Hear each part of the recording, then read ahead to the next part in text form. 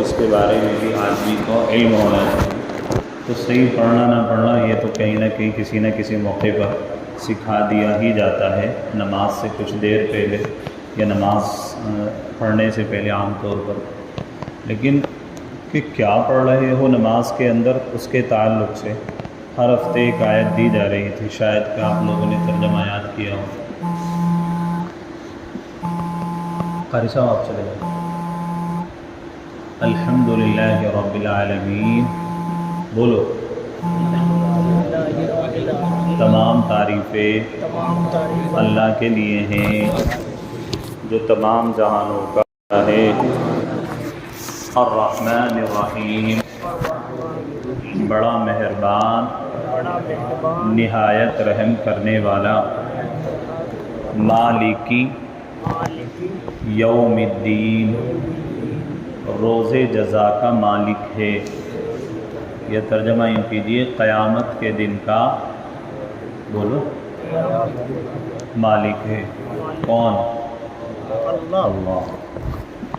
اعوذ باللہ من الشیطان الرجیم، بسم اللہ الرحمن الرحیم، یا ایہا الذین اوتوا الکتاب آمنوا بما نزلنا مصدقا لما معکم من قبل ان نطمس وجوہا فنردها على ادبارها او نلعنهم كما لعنا اصحاب السبت وكان امر الله مفعولا ان الله لا يغفر ان يشرك به ويغفر ما دون ذلك لمن يشاء ومن يشرك بالله فقد افترى اثما عظيما الم تر الى الذين يزكون انفسهم بل الله يزكي من يشاء ولا يظلمون فتيلا انظر كيف يفترون على الله الكذب وكفى به اثما مبينا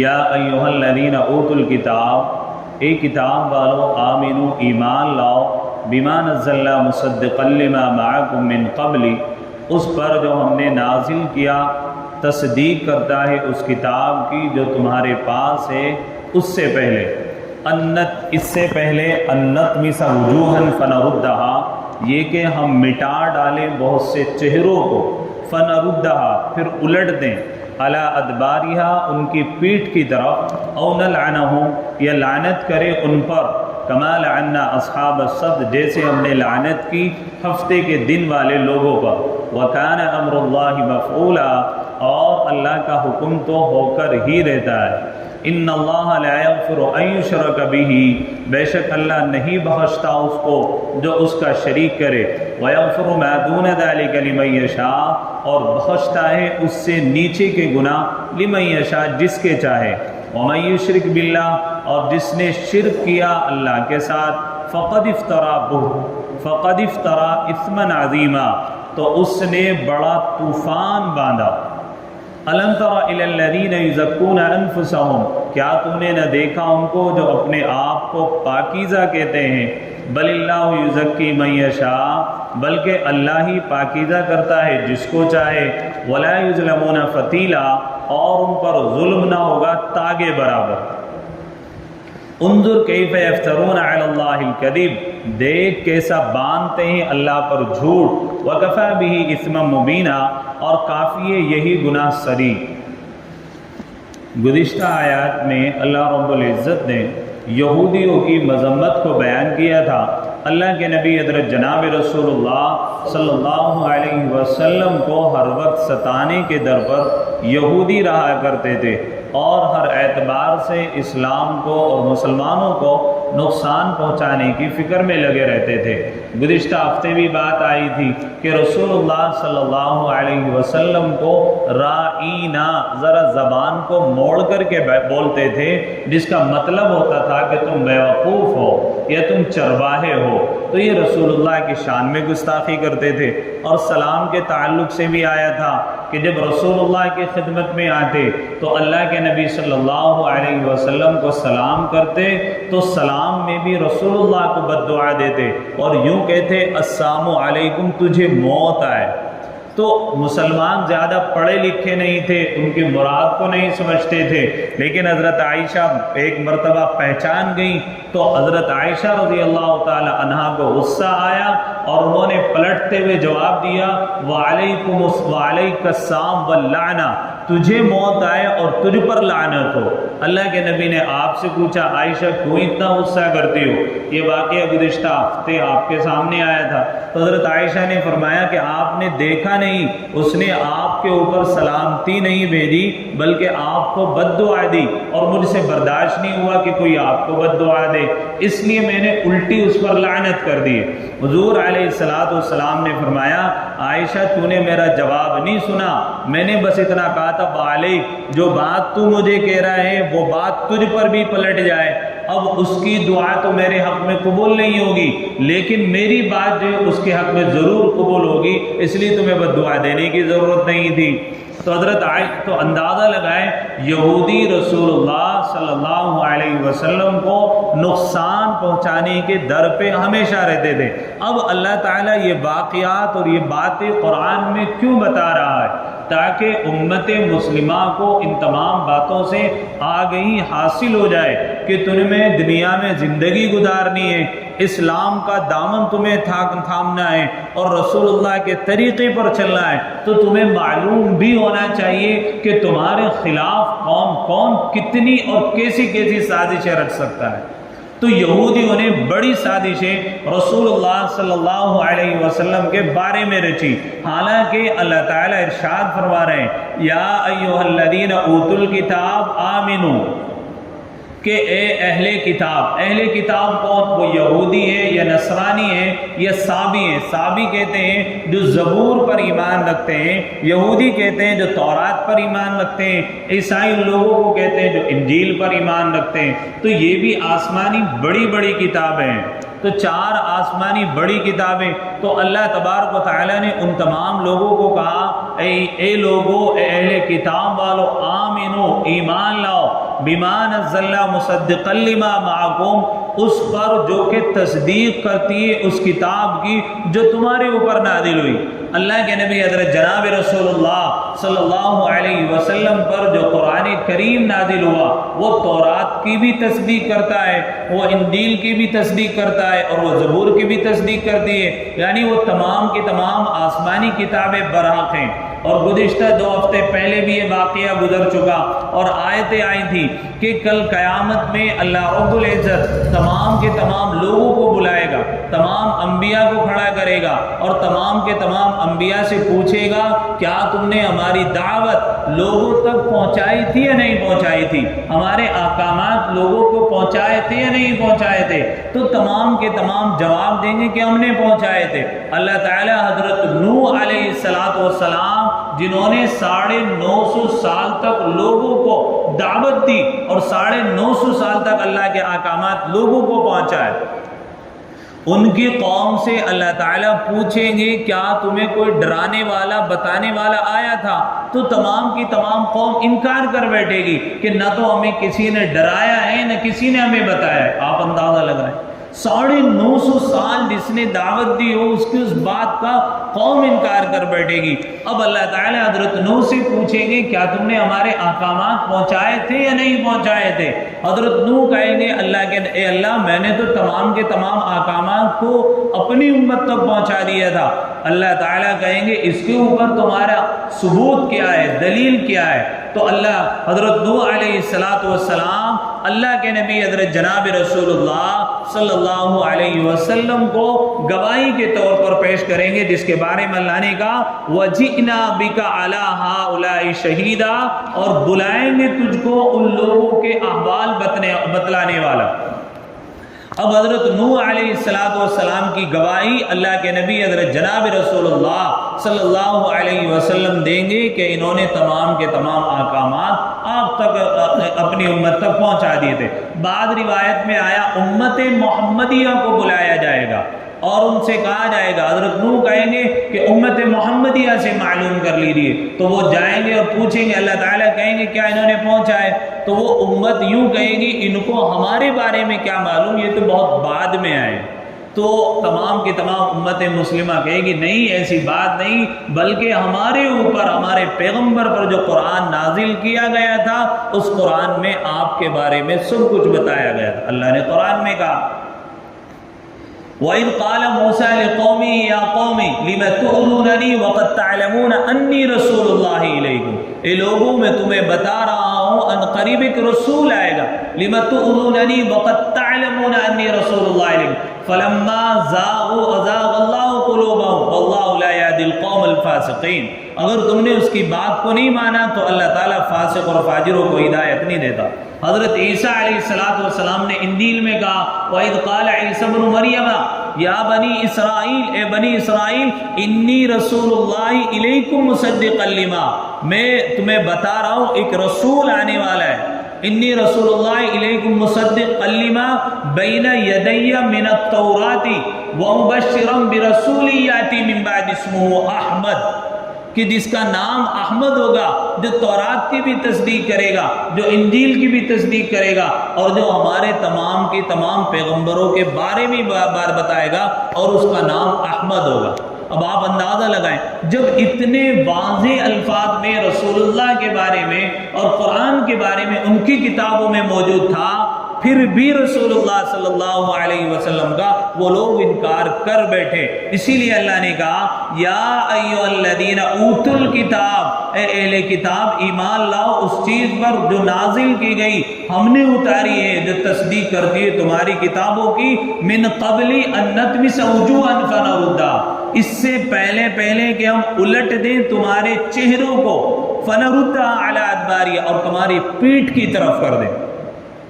یعنی اللہ تعالیٰ دھمکی بھی دے رہا ہے کہ اس سے پہلے کرو کہ ہم تمہارے چہرے پیچھے کر دیں اور تمہاری چہرے کی چھاتی کی طرف تمہاری گدی آ جائے اور تمہارا چہرہ جو ہے تمہاری پیٹھ کی طرف چلا جائے۔ او نلعنہم کما لعنا اصحاب السبت، اور یہ لعنت اللہ تبارک و تعالیٰ کی ہلکی پھلکی مت سمجھو، بنی اسرائیل کے اوپر ایسی لعنتیں ہو چکی ہیں، کما لعنا اصحاب السبت، تو ہم تمہارے اوپر بھی لعنت کر سکتے ہیں جیسا کہ ہفتے والے دن پر ہم نے لعنت کی۔ اس آیت کا شان نزول کس طرح ہے، یعنی یہ آیت نازل کیوں ہوئی؟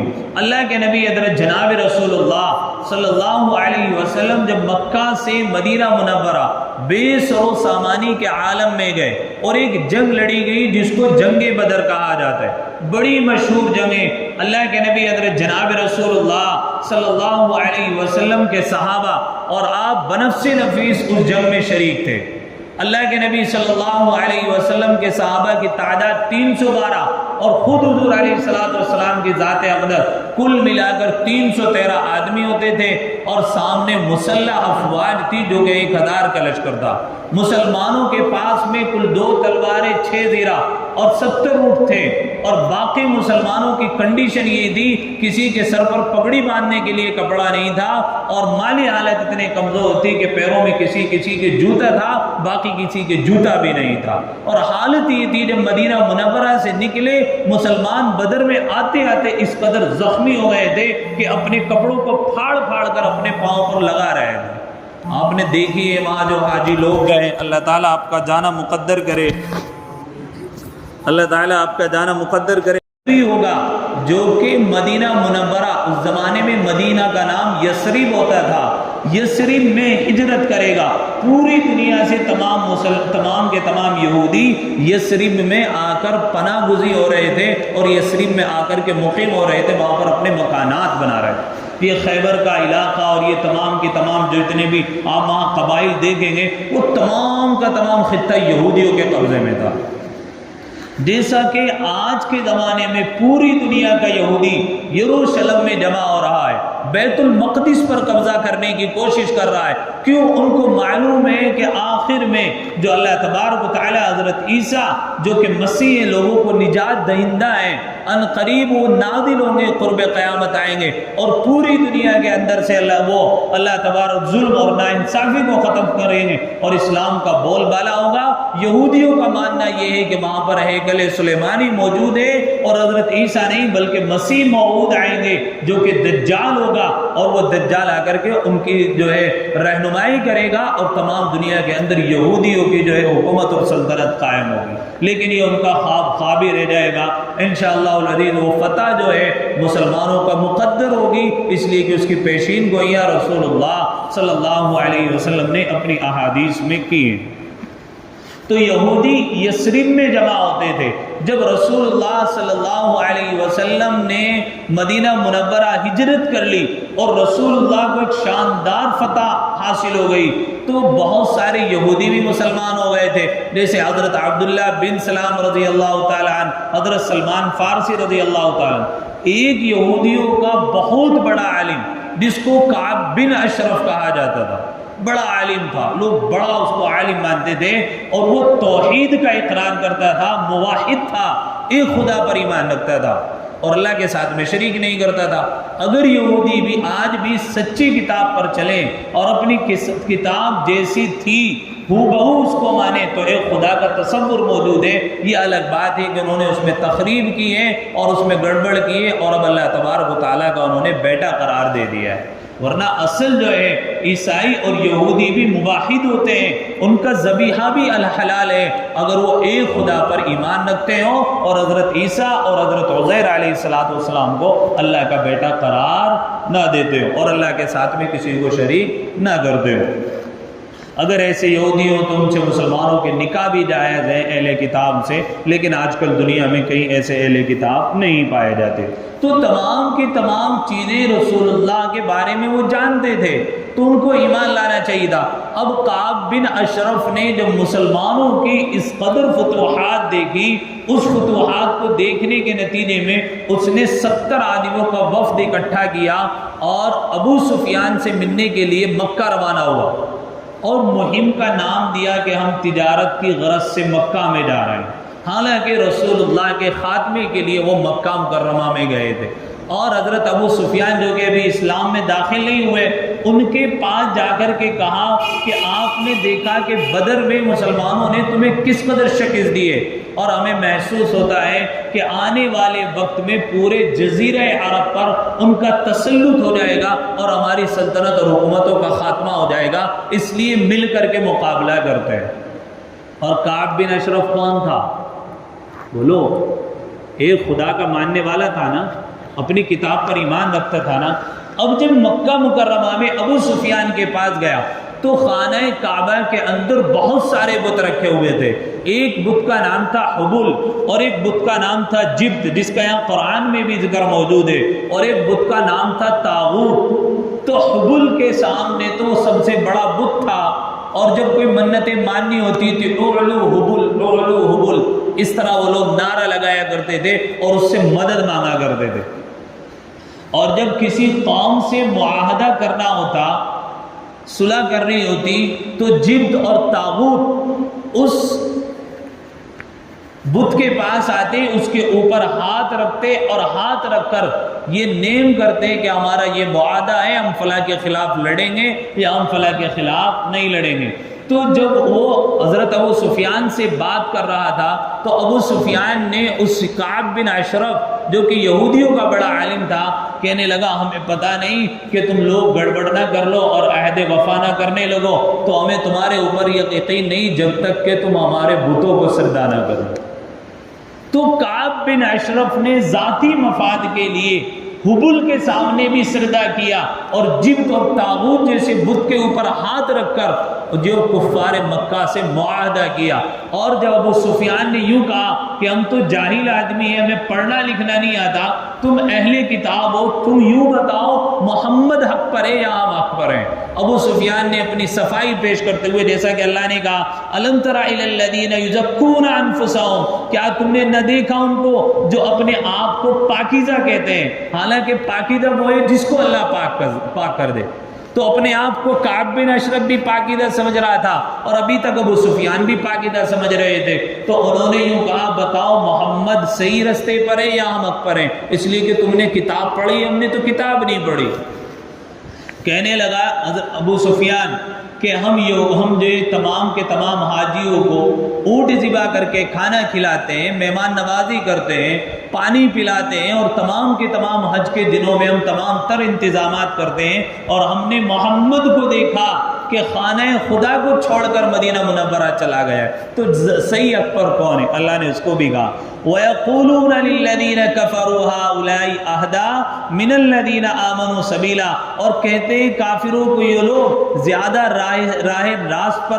راستے پر ہیں مسلمانوں سے زیادہ، یعنی یہودی جن کو مسلمانوں کی موافقت میں آنا چاہیے تھا، جب ابو سفیان نے یہ بات کہی تو وہ کعب بن اشرف ایک عالم ہونے کے باوجود بھی یہودیوں کا یہ کہہ رہا تھا کہ نہیں، مسلمان سیدھے رستے پر نہیں، تم صحیح رستے پر ہو، اور حالانکہ اس نے شرک بھی کیا۔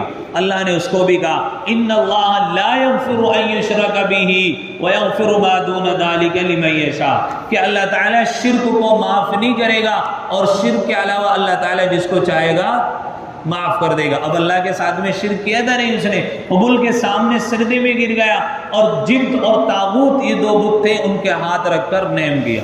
اللہ معاف کرے۔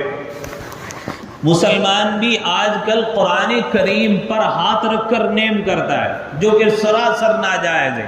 اللہ کے نبی صلی اللہ علیہ وسلم کی واضح حدیث ہے من حلف بغیر اللہ فقد اشرک، کہ جس نے اللہ کے علاوہ کسی کی بھی قسم کھائی، چاہے وہ قرآن کی قسم ہو، پیغمبر کی قسم ہو، ماں کی قسم ہو، تو فقد اشرک، گویا اس آدمی نے شرک کیا۔ یعنی اللہ کی ذات سے بڑھ کر وہ اس چیز کو سمجھ رہا ہے، اور اللہ کی ذات سے بڑھ کر کوئی چیز نہیں ہو سکتی ہے۔ اور مسلمانوں میں ایک عام رواج بن گیا، کوئی معاملہ ہوتا ہے کہ قرآن پر ہاتھ، وہ قسم کھا رہا ہے تو یقین نہیں ہوتا ہے۔ اور اللہ معاف کرے، آج کل اس طرح جھوٹی قسمیں کھائی جاتی ہیں۔ اللہ کے نبی صلی اللہ علیہ وسلم نے لعنت فرمائی۔ میں آج کتاب بھی لایا ہوں اور وہ بھی لایا ہوں، ایک پرچہ لکھ کر کے لعنت کن کن گناہوں پر ہے۔ تو اللہ تبارک و تعالیٰ نے یہودیوں کی اس تخریب کاری کو قرآن میں بیان کیا اور کہا اے اہل کتاب، تمہیں تو چاہیے تھا کہ قرآن پر ایمان لاتے، رسول اللہ کی بات کو مانتے، لیکن تم نے ایسا نہیں کیا۔ تو یاد رکھو او نلعنہم کما لعنا اصحاب السبت، ہم تمہارے چہروں کو پیٹھ کے پیچھے پھیرنا بھی جانتے ہیں، اور جس طرح ہفتے والے دن پر ہم نے لعنت کی ہے تو ہم تمہارے اوپر بھی لعنت کر سکتے ہیں۔ اب ہفتے والا دن کیا تھا؟ یہودیوں میں ایک قبیلہ تھا جو کہ ایلا نامی بستی کے پاس رہا کرتا تھا۔ پیغمبروں نے ان کو سمجھایا، بنی اسرائیل کے اندر جو پیغمبر آئے انہوں نے اپنے نبیوں کی بات کو نہیں مانا، بلکہ انبیاء کو قتل کیا اور ان کو شہید کیا، اور اپنی گمراہی اور ضلالت میں آگے بڑھتے چلے گئے۔ اللہ کا عذاب ان کے اوپر نازل ہوا، وَجَعَلَ الْقِرَدَةَ وَالْخَنَازِيرَ، پھر اللہ تعالیٰ نے پیغمبر کے ذریعے سے ان کے اوپر قید لگوائی کہ آپ کو ہفتے کے دن میں شکار نہیں کرنا۔ جس طرح مسلمانوں کے یہاں جمعے کا دن ہفتے کی عید ہوتی ہے، ایسے ہی یہودیوں کے یہاں وہ جمعے کا دن ہفتے کی عید ہوتی ہے، ایسے ہی یہودیوں کے یہاں ہفتے کے دن بھی عید ہوتی ہے، یعنی ایک تہوار ہوتا ہے۔ جس طرح ہمارے یہاں جمعے کی چھٹی ہے، ہمارے یہاں جمعے کا دن تمام دنوں کا سردار ہے، ایسے ہی سب سے اہم دن یہودیوں کے یہاں وہ ہفتے کا ہوا کرتا تھا۔ اللہ تعالیٰ نے یہودیوں کے اوپر پابندی لگائی تھی کہ تمہیں ہفتے کے دن میں شکار نہیں کرنا ہے، یعنی بار والا دن۔ ہمارے یہاں بار بولتے ہیں، سنیچر بولتے ہیں، کہ اس دن میں تمہیں شکار نہیں کرنا۔ اب یہودیوں نے اس میں کیا حیلہ کیا کہ جمعے کے دن کانٹا لگاتے تھے دریا کے اندر، سمندر کے اندر، اور بار کے دن، اتوار کے دن جا کر اس کو نکال لیا کرتے تھے۔ تو یہ کیا تھا؟ حیلہ تھا نا۔ اور حالانکہ اللہ نے کیا کہا تھا؟ منع کیا تھا کہ تمہیں ہفتے کے دن شکار نہیں کرنا۔ لیکن جب انہوں نے اللہ کے احکامات کا انکار کیا تو پھر اللہ تعالیٰ نے ان کو اوپر اس قدر لعنت کی، وَجَعَلَ الْقِرَدَةَ وَالْخَنَازِيرَ، جو اللہ کی حدود کو پامال کرتے ہیں۔ اللہ نے کہا وَجَعَلَ الْقِرَدَةَ، ان کے بوڑھوں کو اللہ تعالیٰ نے خنزیر یعنی سور بنا دیا، وَجَعَلَ الْقِرَدَةَ، اور ان کے نوجوان تمام کے تمام بندر بن گئے۔ اللہ نے منع کیا تھا کہ ہفتے کے دن شکار نہیں کرنا، لیکن وہ نہیں مانے تو اللہ تعالیٰ نے ان کے بوڑھوں کو خنزیر بنایا اور ان کے نوجوانوں کو بندر بنا دیا۔ 3 دن تک وہ ایک دوسرے کو دیکھتے تھے اور دیکھ کر روتے تھے، بات نہیں کر سکتے تھے، اور 3 دن کے بعد پھر اللہ تعالیٰ نے تمام کے تمام کو ہلاک کر دیا۔ تو اللہ تعالیٰ نے اس آیت میں بھی یہودیوں کو ڈرایا ہے کہ کیا تمہیں اصحاب سبت والوں کے اوپر جو ہماری لعنت نازل ہوئی اس کے بارے میں علم نہیں ہے؟ اگر تم اب بھی رسول اللہ کا اقرار نہیں کرو گے اور قرآن پر ایمان نہیں لاؤ گے تو ہم تمہارے چہروں کو پیٹھ کے پیچھے پھیر سکتے ہیں اور ہمیں یہ پھیرنے میں کوئی تکلیف بھی نہیں ہونے والی۔ اللہ تعالیٰ ان کو ستائے، ان کو جو ہے وارننگ دی۔ کعب بن احبار رضی اللہ تعالیٰ عنہ یہ ایمان لائے تھے، پہلے یہودی تھے۔ کعب بن احبار کو ایک مرتبہ حضرت عمر رضی اللہ تعالیٰ عنہ سے ملاقات ہوئی۔ حضرت عمر نے کہا اے کعب ایمان لے کر کے آؤ۔ حضرت کعب بن احبار نے کہا کہ تم تو ہمارے بارے میں یوں کہتے ہو کہ یہ تورات کو جناتوں نے اٹھایا ہوا ہے، نہ کہ یہودیوں نے اٹھایا ہوا ہے۔ حضرت موسیٰ نے کہا کہ نہیں تم ہمارے بارے میں یہ کہتے ہو کہ جناتوں نے اٹھایا ہوا ہے، اور جناتوں کو اٹھانا تھا ایسا ہے کمثل الحمار یحمل اسفارا، جیسا کہ گدھے کو اوپر کتابوں کو لاد دیا گیا ہو۔ تو کوئی سروکاری نہیں ہے، گدھے کے اوپر کتابیں لدی ہوئی، اس کو تھوڑا ہی پتا میرے اوپر کیا لدا ہوا ہے، اس کو تو معلوم ہے کہ بوجھ ہے، اس کے اوپر سونا رکھو مٹی رکھو اس کو تو برابر ہے نا، تو تم یہ کہتے ہو۔ حضرت عمر نے کہا کہ نہیں ایسا نہیں، تو ایمان نہیں لائے۔ پھر کعب بن احبار کے جو استاد ہوتے تھے وہ ایمان میں داخل ہوئے، اور کعب بن احبار کو بار بار کہتے تھے کہ جس رسول کی ہمارے کتابوں میں تصدیق ہے اور جس قرآن کے بارے میں ہماری کتابوں میں بتایا گیا ہے وہ پیغمبر یثرب میں یعنی مدینہ منورہ میں موجود ہے، جا کر کے اس سے ملو۔ تو کعب بن احبار رضی اللہ تعالیٰ عنہ جو کہ پہلے یہودی تھے مدینہ منورہ میں آئے، تو آتے جیسے ہی وہ مدینہ منورہ میں داخل ہوئے، ایک نوجوان فَنَرُدَّهَا عَلَىٰ أَدْبَارِهَا أَوْ نَلْعَنَهُمْ كَمَا لَعَنَّا أَصْحَابَ السَّبْتِ، اس آیت کو پڑھ رہا تھا، بس فوراً جو ہے آپ نے غسل کیا اور کہنے لگے کہ اس سے پہلے کہ اللہ میرا چہرہ پیٹ کے پیچھے کر دے، میں گمراہی سے توبہ کرتا ہوں اور اسلمت، میں ایمان قبول کرتا ہوں، فوراً کلمہ پڑھا مسلمان ہو گئے۔ تو ایسے بھی یہودی تھے جو سیدھے رستے پر آنا چاہتے تھے تو اس طرح آتے تھے، لیکن جو نہیں آتے تھے اڑیل تھے۔ کعب بن اشرف نے وہاں پر سجدہ کیا اور وہاں پر ہاتھ رکھ کر کے ان کے ہاتھ پر بیعت کی اور رسول اللہ کے خاتمے کے لیے عہد میں پلاننگ بنائی۔ لیکن اللہ کی شان اللہ تعالیٰ کو بچانا تھا، تو اللہ تعالیٰ نے یہاں پر تمام کے تمام یہودیوں کی اس تخریب کاری کو بیان کیا۔ وَكَانَ أَمْرُ اللَّهِ مَفْعُولًا، اور اللہ کا حکم تو ہو کر کیا رہتا ہے، إِنَّ اللَّهَ لَا يَغْفِرُ أَن يُشْرَكَ بِهِ وَيَغْفِرُ مَا دُونَ ذَلِكَ لِمَن يَشَاءُ۔ پھر اللہ تعالیٰ ان لوگوں کو متنبہ کرتے ہوئے کہہ رہا ہے کہ اللہ شرک کو معاف نہیں کرے گا، اور اس کے علاوہ اللہ تعالیٰ جس کو چاہے گا معاف کر دے گا۔ اب آپ اندازہ لگائیں رسول اللہ صلی اللہ علیہ وسلم کی احادیث، یہ تمام کی تمام باتیں بتانے کا مقصد کیا ہے قرآن کا، کہ امت مسلمہ اپنے احوال پر غور کرے کہ کہیں ہم یہودیوں کے نقش قدم پر تو نہیں چلے۔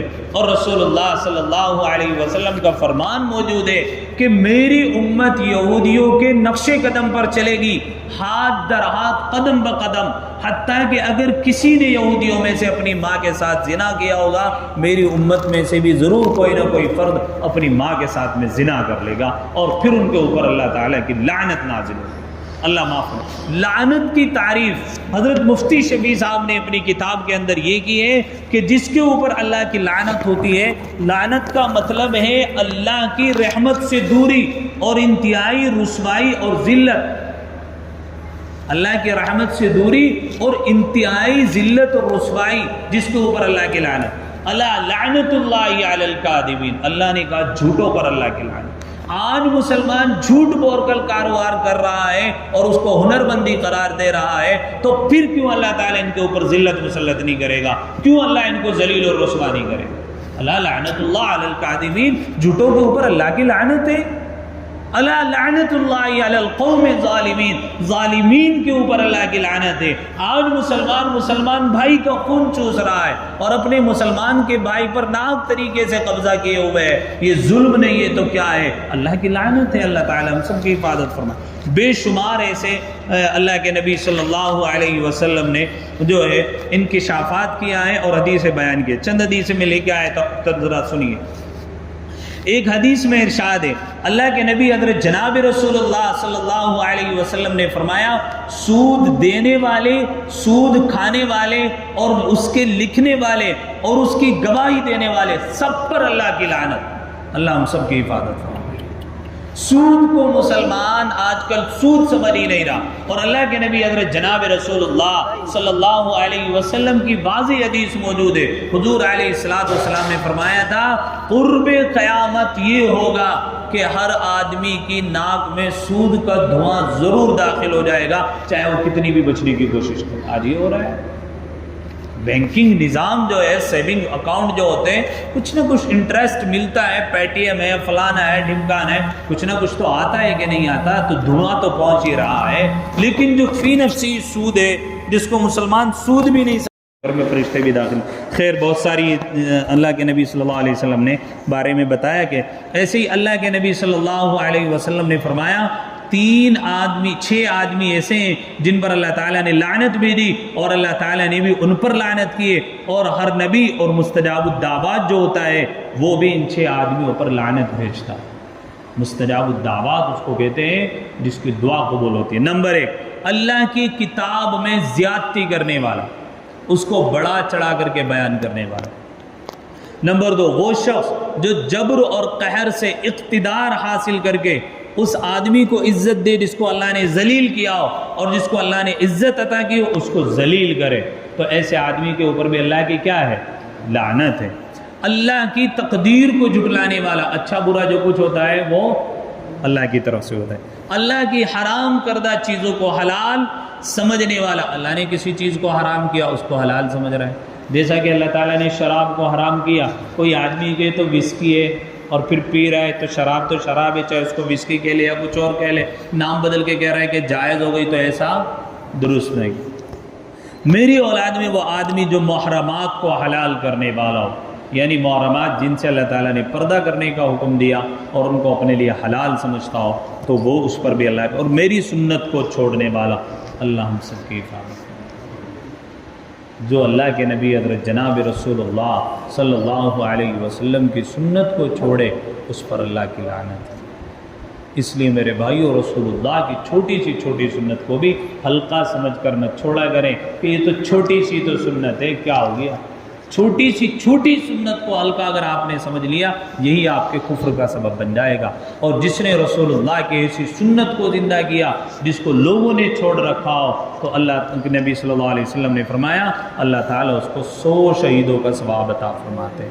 اب میں اور آپ غور کریں ایسی سنتوں کو جن کو لوگوں نے چھوڑ دیا کہ ہم ان کو زندہ کریں۔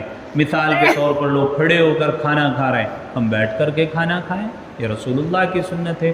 رسول اللہ کی بہت ساری سنتیں، چھوٹی بڑی تمام تر، وہ ہر وقت کے اعتبار سے چھوٹی بڑی ہو سکتی ہیں، نہیں تو رسول اللہ کی چھوٹی سنت بھی نسبت کے اعتبار سے وہ بہت بڑی ہے، وہ چھوٹی نہیں ہے، چاہے وہ ہمیں کتنی چھوٹی معلوم ہو رہی۔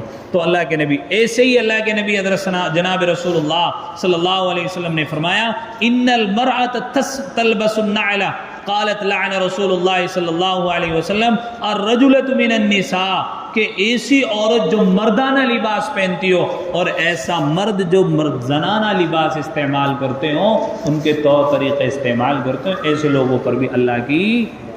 آج کل نوجوان زنانہ طریقے سے بال رکھ رہا ہے، ان پہ پریس کراتا ہے گھنٹوں تک، اور پھر اس کو رکھ رہا ہے، اور ماں باپ بھی بڑے راضی ہو رہے ہیں، تھا مرد بنا لیا خود کو ہجڑا مخنث، گھر والے بھی فوٹو کھینچ رہے ہیں اور اڑوس پڑوس کے دوست بھی فوٹو کھینچ رہے ہیں اور بڑے راضی ہو رہے ہیں۔ اور آج کل تو اللہ معاف کرے، اللہ معاف کرے، اللہ کی قدرت میں اس قدر مسلمان کھلواڑ کر رہا ہے، خاص طور سے ہمارا نوجوان علمان والحفیظ دانتوں کو چھدوا رہا ہے اچھا دکھنے کے لیے، ہونٹوں کو لال کر رہا ہے اچھا دکھنے کے لیے، اور چہرے پہ تو کیا کیا مل رہا ہے اچھا دکھنے کے لیے، علمان والحفیظ، اور ماں باپ بھی بڑے راضی ہوئے پھر رہے ہیں۔ جب وہ باپ، اب تو ماں باپ ہی لاتے ہیں، میرے پاس بہت سارے بچے آتے ہیں، میں دیکھتا ہوں بال ان کے عجیب طریقے سے، یعنی کہ خنزیر والے بال کٹواتے ہیں آج کل کے ماں باپ، یہاں سے چھوٹے ہوتے ہیں اوپر سے بڑے ہوتے ہیں، تو ایسے بال تو خنزیر کے ہوتے ہیں، اس کی کمر پہ سے کھڑے رہتے ہیں بال۔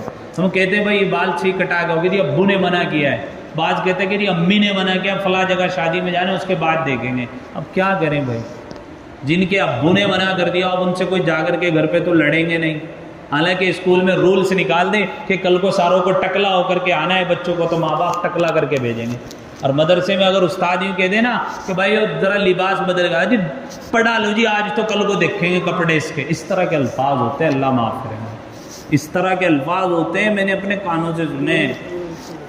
تو یہ معاملہ ہے۔ تو اللہ تعالیٰ قرآن میں کیا کہہ رہا ہے؟ اگر یہ امت یہ سمجھ رہی ہے اہل کتاب کہ ان کے اوپر اللہ کی لعنت نہیں ہو سکتی، اللہ کی لعنت ہو کر کے رہے گی اگر ان لوگوں نے اللہ کی کتاب کو جھٹلایا۔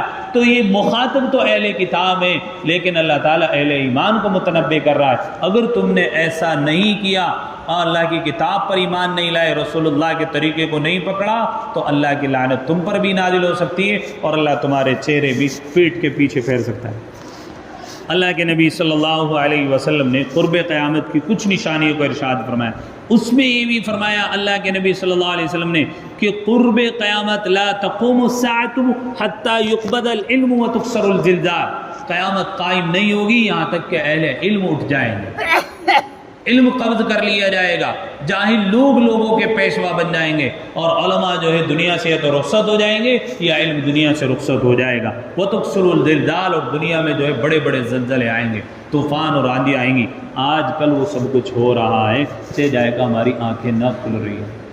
ہر سال کہیں نہ کہیں آفت آتی ہے، مصیبت آتی ہے، اور مزے سے لے کے اب تو مسلمان بس ویڈیو دیکھتا ہے، اس اللہ کے عذاب سے ڈرتا نہیں ہے، وائرل بھی کرتا ہے۔ اور ایسے ہی حضور صلی اللہ علیہ وسلم نے فرمایا میری امت میں بھی خسف اور مسخ کا عذاب ہوگا۔ صحابہ نے ارشاد فرمایا اللہ کے نبی ایسا کیوں ہوگا؟ کیا وہ لوگ نماز نہیں پڑھتے ہوں گے؟ کیا وہ روزہ نہیں رکھتے ہوں گے؟ کیا وہ حج نہیں کرتے ہوں گے؟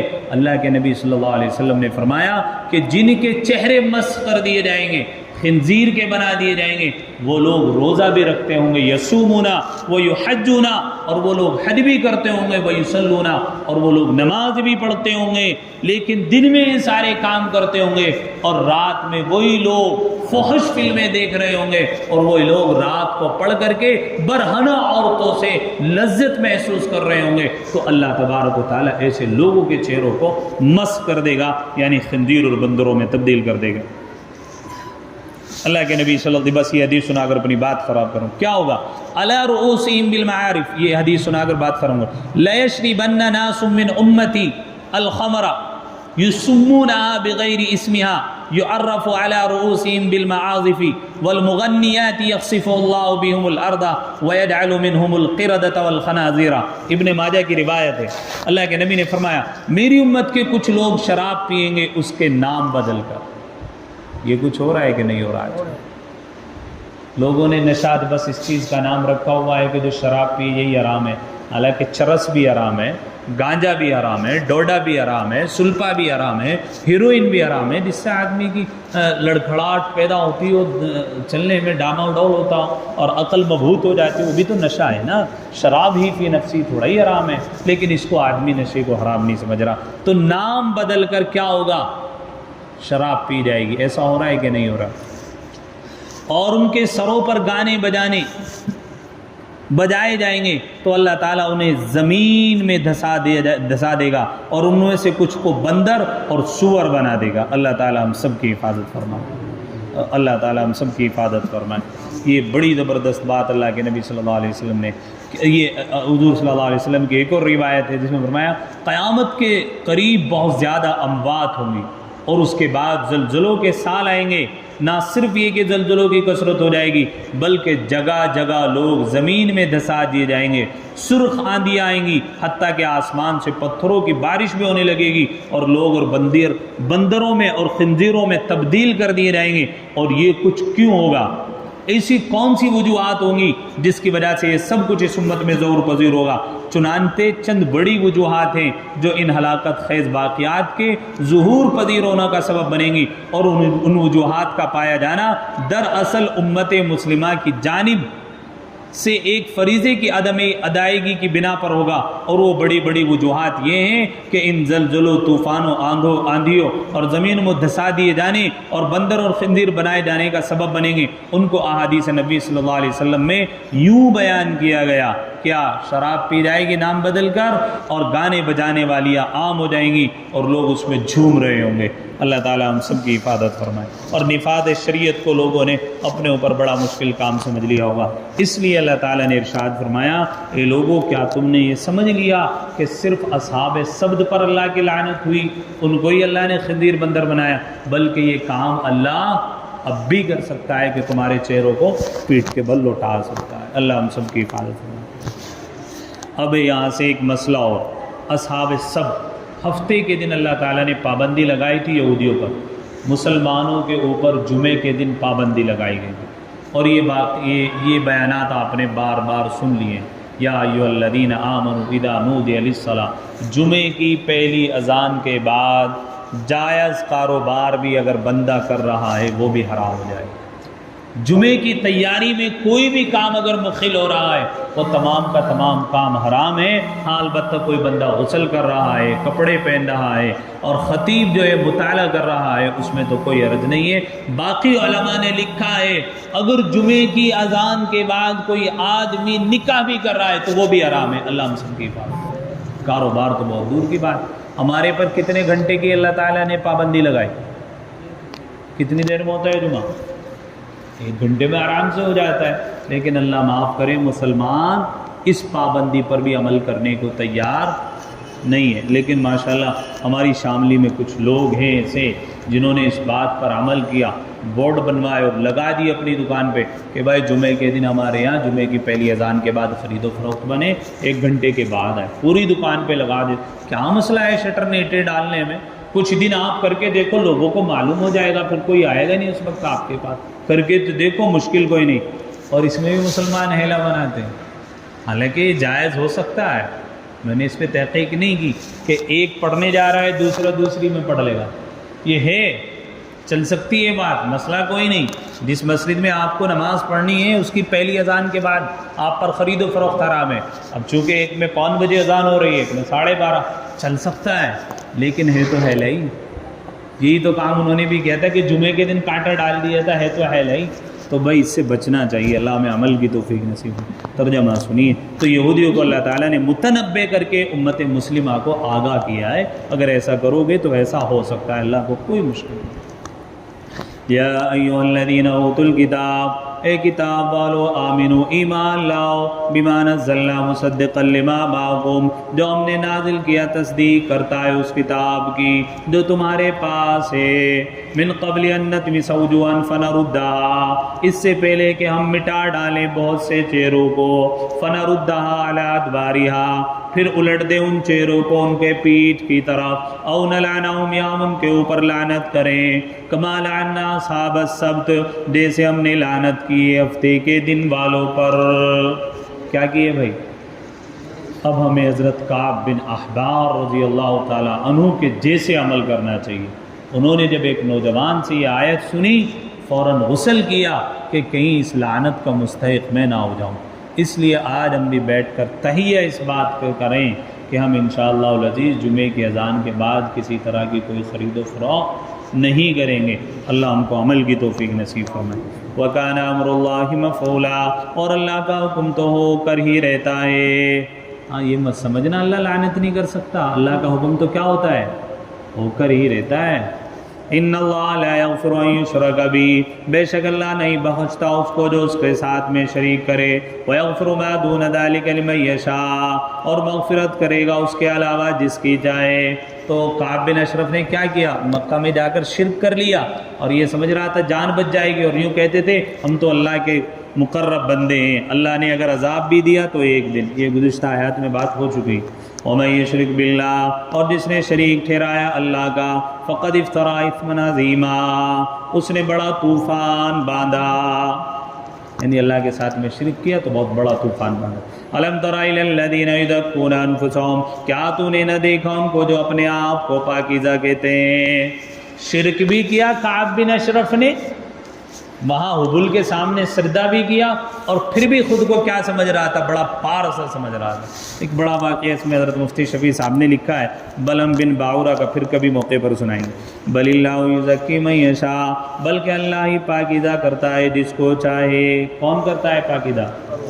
اللہ۔ ولا یظلمون فتیلا، اور ان پر ظلم نہ ہوگا تاگے برابر، اللہ ظلم نہیں کرے گا کسی پر ایک تاگے کے برابر بھی۔ انظر کیف یفترون علی اللہ الکذب، دیکھ کے سب باندھتے ہیں اللہ پر جھوٹ، وکفی بہ اثما مبینا، اور کافی ہے یہی ان کا صریح گناہ۔ اللہ پر کیا باندھتے ہیں؟ اللہ کا ایک ہونے کا اقرار بھی کرتے ہیں، اپنے مفاد کے لیے سردا بھی کر لیتے ہیں، اور پھر اپنے آپ کو پارسا بھی سمجھتے ہیں، اور پھر سمجھتے ہیں کہ اللہ پر جھوٹ باندھ کر کے بچ جائیں گے، حالانکہ یہی سری گناہ ان کے ذلت کے لیے کافی ہے۔ اللہ تعالیٰ مجھے آپ کو عمل کی توفیق نصیب فرمائے، جو غلطی کوتاہی ہو جائے اللہ اس کو معاف فرمائے۔ سبحان اللہ بحمدہ، سبحان اللہ بحمدک، ونشہد ان لا الہ الا انت ونستغفرک ونتوب الیک۔ سبحان ربک رب العزۃ عما یصفون۔